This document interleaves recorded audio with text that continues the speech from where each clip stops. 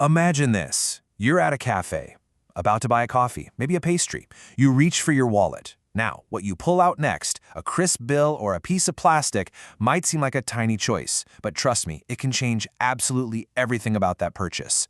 So, let's get into this, because there's an invisible force at play here, and it's messing with how you spend your money every single day.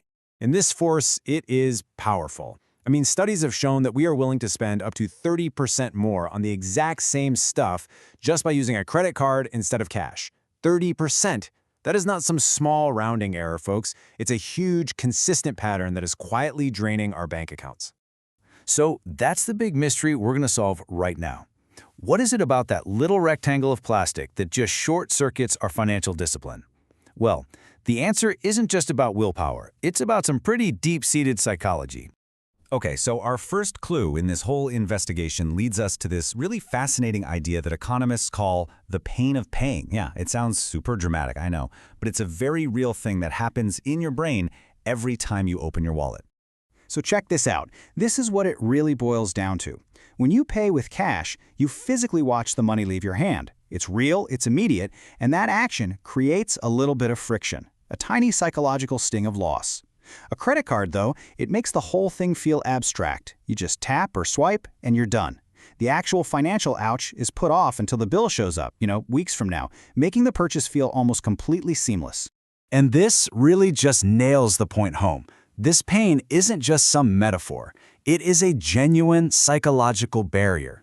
It's like a natural brake on our spending habits. And credit cards, whether they were designed this way on purpose or not, are engineered to remove that brake, making it way too easy for our money to just disappear. But getting rid of that friction, that's only part of the story. To find the real mastermind behind all of our overspending, we have to go deeper. We have to look into the secret accounting firm that's running inside all of our heads. This is such a perfect way to put it. We all like to think our brain is this super logical calculator, right? Treating every single dollar with equal importance. But it's not. It's much more like a creative accountant, constantly bending the rules, creating these special little funds, and shuffling money between accounts that don't even exist. And here it is, the main culprit, mental accounting.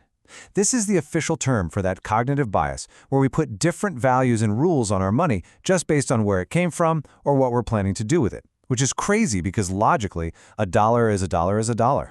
Let me ask you this because it gets right to the heart of it. If you found a $100 bill just lying on the sidewalk, would you treat it the same way as $100 you earned by working 5 grueling hours of overtime? According to behavioral economists like Dan Ariely, the answer for pretty much everyone is a hard no. And here's exactly how that plays out in your head. Your brain, without you even realizing it, creates two different mental jars.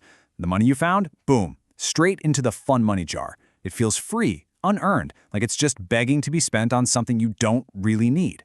The money you earned, though, that goes into the serious money jar. It's tied to your hard work, so it's for bills, savings, responsible stuff.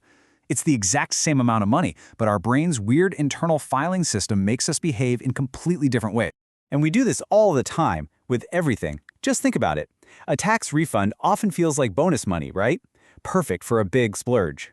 Gift money you get for your birthday feels totally different than your actual salary. We're constantly creating these little mental buckets, and every single one has its own set of invisible spending rules. All right, so we've identified the culprits, the frictionless ease of credit cards, and our brain's creative bookkeeping. Now that we know how the trap is set, we can finally talk about how to sidestep it.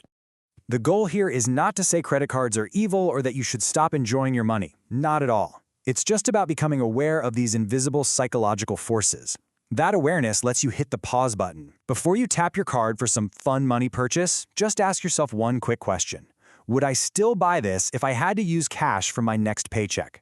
Just asking that question can be enough to short-circuit the whole bias and put logic back in the driver's seat. And that leads us to maybe the most powerful mantra you can use to fight this thing. Just remind yourself, money is money. It helps you break down those artificial walls your brain loves to build. But here's another practical strategy. Try translating a price tag into the number of hours you had to work to earn it. A $100 splurge feels a whole lot different when you think of it as 5 hours of your life. That little trick brings back the pain of paying that plastic erases, and it forces you to treat every single dollar with the respect it deserves. So the next time you're at that cafe, you'll know exactly what's going on under the surface. You'll recognize the invisible push from your mental accountant and that frictionless pull of plastic. But now, you have the tools to push back. You can pause, you can reframe the cost, and you can make a choice with your eyes wide open. So that really just leaves us with one final very important question. Knowing that you're the one in control, what are you going to do differently?